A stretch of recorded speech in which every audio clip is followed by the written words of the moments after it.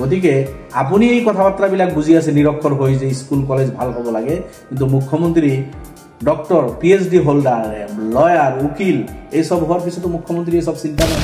তলৰ 5খন ৰাজ্যৰ ভিতৰত অসমৰ নাম শিক্ষক থাকিব লাগে 25 জন আছে 5 জন 7 জন, সেই স্কুল কেনেকৈ চলিব?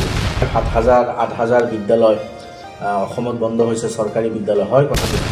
উচ্চ শিক্ষাত অসম বহুত পিছপৰা। নিজে নিজে মই ডাঙৰ বুলি ক'লে কোনো মানুহ ডাঙৰ হৈ নাযায়। মই আহিছোঁ জনীয়া সমষ্টিৰ বিধায়ক ডক্টৰ হাফিজ ৰফিকুল ইছলাম চাহাবৰ ওচৰত যে অসমৰ মুখ্যমন্ত্ৰীৰ মুখত মই কেতিয়াও উন্নয়নৰ কথা মই শুনিবলৈ পোৱা নাই। মই অসমৰ এজন নিৰক্ষৰ কবি হিচাপে তেখেতে একমাত্ৰ পাকিস্তানী, বাংলাদেশী, মিয়া, গেদা এইবিলাক শব্দ কৰি কৰি তেখেতৰ কাৰ্যকাল পাৰ কৰিব বিচাৰিছে। তেখেতৰ মুখত মই কেতিয়াও শুনিবলৈ নাপাওঁ যে আমাৰ শিক্ষা জগতখন কেনেকৈ আগবঢ়াই লৈ যাম বা আমাৰ অসম দেশখন কেনেকৈ আগবঢ়াই লৈ যাম, এই বিষয়ে আপুনি কি ক'ব? ঠিকে কৈছে আপুনি। অসমৰ মুখ্যমন্ত্ৰী তেখেতে এজন দায়িত্বশীল ব্যক্তি। অসমৰ মুৰব্বী হিচাপে উন্নয়নৰ কথা পাতিব লাগে, উন্নয়নৰ কাম কৰিব লাগে। কিন্তু আমি লক্ষ্য কৰিছোঁ তেখেতে সদায় সাম্প্ৰদায়িকতাৰ বীজভাৱ বিয়পাই থাকে। হিন্দু মুছলমান, গৰু গাহৰি আৰু মিয়া এই সব কথা বাৰ্তা লৈ তেখেতে বহুত বেছি ব্যস্ত। আৰু এইটো দুৰ্ভাগ্য অসমৰ কাৰণে। মুখ্যমন্ত্ৰীৰ চকীত বহি তেখেতে এই বিভিন্ন জাতি জনগোষ্ঠীৰ মাজত ভাগ ভাগ কৰি তেখেতসকলৰ মাজত মানে বেয়া পৰিস্থিতি ক্ৰিয়েট কৰাৰ কাৰণে নিজে ইনষ্টিগেট কৰি থাকে। এইটো দুৰ্ভাগ্য আমাৰ কাৰণে, ৰাজ্যখনৰ কাৰণে। ৰাজ্যৰ মুৰব্বী এনেকুৱা হ'ব লাগে যে সকলোৰ প্ৰতি সমদৃষ্টি, সমভাৱ, সকলো জনগণৰ প্ৰতি তেখেতৰ থাকিব লাগে, সকলোৰ প্ৰতি দায়বদ্ধ হ'ব লাগে, সমান আচৰণ সকলোৰ প্ৰতি হ'ব লাগে, পক্ষপাতিত্বমূলক আচৰণ থাকিব নালাগে। আৰু মুখ্যমন্ত্ৰী ডাঙৰীয়া যেতিয়া মুখ্যমন্ত্ৰীৰ চকীত বহিছিল তেখেতে যি শপত বাক্য পাঠ কৰিছিল তাতে কিন্তু এই কথা বাৰ্তাবিলাক আছে যে কোনো মানে পক্ষপাতিত্বমূলক আচৰণ নকৰে, সমদৃষ্টিত তেখেতে নিজৰ দায়িত্ব পালন কৰিব, সকলোৰ প্ৰতি সমান দৃষ্টি থাকিব। এই কথা বাৰ্তাবিলাক তেখেতৰ শপত বাক্যত আছিল। কিন্তু তেখেতে তেখেতৰ শপত বাক্যবিলাক পাহৰি গৈ সদায় হিন্দু মুছলমানৰ মাজত ভাগ ভাগ কৰি এছাম মানুহক তেখেতে টাৰ্গেট কৰি আন এছাম মানুহক সন্তুষ্ট কৰাৰ কাৰণেই সদায় পৰিকল্পনাবিলাক কৰি থাকে। আপোনালোকে উচ্ছেদ দেখিছে বা আৰু বিভিন্ন কাৰ্যকলাপ তেখেতৰ আমি লক্ষ্য কৰিছোঁ। পাৰ্টিকুলাৰলি এটা জনগোষ্ঠীক, সংখ্যালঘু জনগোষ্ঠীক তেখেতে টাৰ্গেট কৰি এই কাম বনখিনি কৰি আছে, যিটো আপোনাৰ কোনোপধ্যেই গ্ৰহণযোগ্য নহয়। তো মুখ্যমন্ত্ৰী ডাঙৰীয়া মুখ্যমন্ত্ৰী হিচাপে শিক্ষা, স্বাস্থ্য, ৰোডছ, কমিউনিকেশ্যন, নিবনুৱা সমস্যা সমাধানৰ কথা যেনেকৈ চিন্তা কৰিব লাগিছিল তেনেকৈ চিন্তা কিন্তু তেখেতে কৰা নাই। আজি অসমৰ শিক্ষাখণ্ডৰ অৱস্থা ভাল নহয়। উচ্চ শিক্ষাত অসম বহুত পিছপৰা। আমাৰ স্কুলৰ ছাত্ৰ ছাত্ৰী কিছু দূৰলৈকে গৈ সেইবিলাক হেৰাই যায়, ড্ৰপ আউট বুলি কওঁ আমি। ভাৰতবৰ্ষৰ ভিতৰত অসমত বহুত ড্ৰপ আউট ৰেট ইয়াৰ যিটো সংখ্যা বহুত বেছি। মুখ্যমন্ত্ৰী চিন্তা কৰিব লাগিছিল যে এজনৰ ল'ৰা ছোৱালী যাতে স্কুলত গৈ আধা বাটৰ পৰা হেৰাই নাযায়, প্ৰত্যেকজনে শিক্ষা গ্ৰহণ কৰি উচ্চ শিক্ষিত যাতে হ'ব পাৰে, তেনেকুৱা চিন্তা পৰিকল্পনা থাকিব লাগিছিল। কিন্তু সেইবিলাক নাই। তেখেতে সততে কৈ থাকে অসমখন 5খন ভাৰতবৰ্ষৰ উন্নত ৰাজ্যৰ মাজত অসমক লৈ যাব।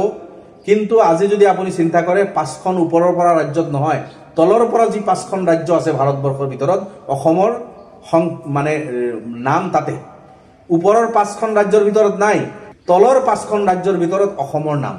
গতিকে এই দুৰৱস্থাৰ পৰা অসমক যদি আগুৱাই লৈ যাব বিচাৰে হিন্দু মুছলমানৰ এই ভেদাভেদ এৰিব লাগিব। তেখেতে যিবিলাক নাটক ৰচনা কৰি আছে, তেখেতে যি সব কাম কৰি আছে, এই সব কাম পৰিহাৰ কৰি সকলো মানুহৰ, অসমৰ সকলো জাতি জনগোষ্ঠী, হিন্দু মুছলমান, শিখ, বুদ্ধিষ্ট, গৰীব দুখীয়া, চাহ বাগানী, চৰ চাপৰি, পাহাৰ ভৈয়াম সব এলেকাৰ উন্নয়ন সমানভাৱে কৰিব লাগিব। তেতিয়াহে অসমখন 5 ৰাজ্যৰ ভিতৰত লৈ যোৱাৰ সপোন দেখিব পাৰিব। সেই নকৰি অসমৰ বৃহৎ এটা জনসংখ্যা, 1 কোটিৰো অধিক জনসংখ্যা থকা এটা জনগোষ্ঠী, সেইসকলৰ যদি কাম বন ঠিকমতে নকৰে, সেইসকলৰ যদি সদায় ক্ষতি কৰাৰ কথাই মুখ্যমন্ত্ৰী চিন্তা কৰি থাকে, চাহ বাগানী মানুহখিনিক যদি তেখেতসকলৰ যি অৱস্থাত আছে দুৰৱস্থা তাৰ পৰা উঠাই আনি ভাল কৰাৰ যদি মন মুখ্যমন্ত্ৰী নাথাকে, চৰ চাপৰি অঞ্চলৰ ডেভেলপমেণ্টৰ কথা যদি মুখ্যমন্ত্ৰী দকে চিন্তা নকৰে, অসমখনৰ অৱস্থা কেতিয়াও ভাল নহয়।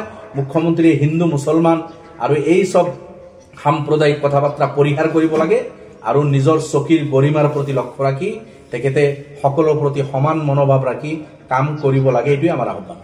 যিয়ে নহওক আমি জনীয়া সমষ্টিৰ বিধায়ক ডক্টৰ হাফিজ ৰফিকুল ইছলাম সাহেবৰ ওচৰত আহিছিলোঁ আৰু সৰুকৈ এটা প্ৰশ্ন আপোনাক কৰিব বিচাৰিছোঁ। যিখন ৰাজ্যত ৭,০০০ৰ ওপৰত স্কুল কলেজ বন্ধ হৈছে, সেই ৰাজ্যৰ মুখ্যমন্ত্ৰী যদি কৈ থাকে যে ভাৰতবৰ্ষৰ ভিতৰত মদকৈ আৰু ডাঙৰ মানুহ কোনেও নাই, এই বিষয়ে আপুনি কি ক'ব? চাওক, এইটো এনেই দাম্ভালিয়ে তেখেতৰ। ভাৰতবৰ্ষৰ ভিতৰত ডাঙৰ মানুহ নাই। নিজে নিজে মই ডাঙৰ বুলি ক'লে কোনো মানুহ ডাঙৰ হৈ নাযায়। আৰু মই ভাবোঁ স্কুলৰ কথা যিটো আপুনি কৈছে, ৭,০০০ ৮,০০০ বিদ্যালয় অসমত বন্ধ হৈছে, চৰকাৰী বিদ্যালয় হয় কথাটো। ইয়াৰে কিছুমান এমালগেশ্যন হৈছে আৰু কিছুমান মাৰ্জ কৰি দিছে। এটা বিদ্যালয়ৰ লগত আন এটা বিদ্যালয় মিলাই দি দুটা আছিল, এটা হৈছে। আল্টিমেটলি এটা বিদ্যালয় মাৰি দিছে, হত্যা কৰিছে এই বিদ্যালয়সমূহ। গতিকে চৰকাৰী ছেক্টৰত এই বিদ্যালয়, ৰাজহুৱা এই ছেক্টৰৰ এই বিদ্যালয়বিলাক প্ৰাইমেৰীৰ পৰা আৰম্ভ কৰি হাইস্কুল হায়াৰ ছেকেণ্ডেৰীলৈকে হাজাৰ হাজাৰ অসমত বন্ধ হৈছে। যাৰ কাৰণে এতিয়া জনগণৰ ল'ৰা ছোৱালী প্ৰাইভেট স্কুলত বহুত ফিজ ভৰিব লগা হৈছে। চৰকাৰী এই বিদ্যালয়বিলাকৰ যদি শিক্ষা দীক্ষাৰ অৱস্থা ভাল কৰিলেহেঁতেন, ইনফ্ৰাষ্ট্ৰাকচাৰ ডেভেলপ কৰিলেহেঁতেন, সময়মতে শিক্ষক নিযুক্তি দি শিক্ষকৰ অভাৱ পূৰণ কৰিলেহেঁতেন, হয়তো তাতে ছাত্ৰ ছাত্ৰী থাকিলেহেঁতেন, স্কুল বন্ধ কৰিব লগা নহ'লহেঁতেন। কিন্তু চৰকাৰৰ যিটো ভুল নীতি হ'ল কি, স্কুলত সময়মতে শিক্ষক নিযুক্তি নিদিয়ে। স্কুল শিক্ষক অৱসৰ লয়, ১টা ২টা ৩টা ৫টা ১০টা ১২টালৈকে এটা হাইস্কুলত শিক্ষকৰ পদ খালী। যেতিয়া একোটা স্কুলত ১০ ১২ ১৫টালৈকে শিক্ষকৰ পদ খালী, য'ত শিক্ষক থাকিব লাগে ২৫ জন, আছে ৫ জন ৭ জন, সেই স্কুল কেনেকৈ চলিব? তাৰে ছাত্ৰ ছাত্ৰী কোনে পঢ়াব? আল্টিমেটলি তেতিয়া ছাত্ৰ ছাত্ৰী কি কৰে, সেই স্কুলটো বাদ দি বেলেগ স্কুলত গুচি যায়। উপায় নাপায় গাৰ্জেনে প্ৰাইভেট স্কুলত দিয়ে য'ত শিক্ষক আছে। আৰু এই সুযোগ বুজি চৰকাৰী স্কুলটো বন্ধ কৰি দিয়ে, কয় ছাত্ৰ নাই। ছাত্ৰ কিয় নাই? ছাত্ৰ নাই মানে আপোনাৰ শিক্ষক নাই। শিক্ষক নাই যদি গাৰ্জেনে, সচেতন গাৰ্জেনে কিয় তাতে ছাত্ৰ দিব স্কুলত? তো এইবিলাক চৰকাৰৰ ভুল নীতিৰ কাৰণে স্কুলবিলাকত ছাত্ৰ কমি গৈছে আৰু সুযোগ বুজি চৰকাৰী স্কুলবিলাক বন্ধ কৰিছে। বন্ধ কৰাৰ কাৰণে সৰ্বসাধাৰণ ৰাইজৰ অসুবিধা এইটো হৈছে, প্ৰাইভেট স্কুলত বহুত ফিজ দিব লাগে, বহুত ফিজ দি পঢ়াব লাগে, আৰু ফিজ দি পঢ়োৱাৰ চবৰ সামৰ্থ্য নাই, গৰীব মানুহবিলাকে নোৱাৰিব। এইবিলাক সমস্যা মুখ্যমন্ত্ৰী সৃষ্টি কৰিছে। তো এইটো আপুনি নিৰক্ষৰ এজন ব্যক্তি হয়, আপুনি নিজেও পৰিচয় দিয়ে নিৰক্ষৰ কবি। এই কথাটো কওঁতে আমাৰ বেয়া লাগে। আপুনি গান গাই ধুনীয়া, আপুনি কবিতা লিখে, আপুনি সাংবাদিকতা কৰি আছে, আপুনি ভাল ভাল চিন্তাৰ কথা কয়। এজন নিৰক্ষৰ মানুহ হৈও বহুত স্বাক্ষৰ মানুহতকৈ আপুনি ভাল চিন্তাধাৰা কৰে। গতিকে আপুনি এই কথা বাৰ্তাবিলাক বুজি আছে নিৰক্ষৰ হৈ, যে স্কুল কলেজ ভাল হ'ব লাগে।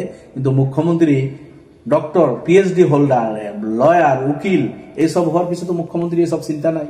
দুৰ্ভাগ্য এইটো আমাৰ কাৰণে। যিয়ে নহওক, আমি জনীয়া সমষ্টিৰ বিধায়ক ডক্টৰ হাফিজ ৰফিকুল ইছলাম সাহেবৰ ওচৰত আহিছিলোঁ।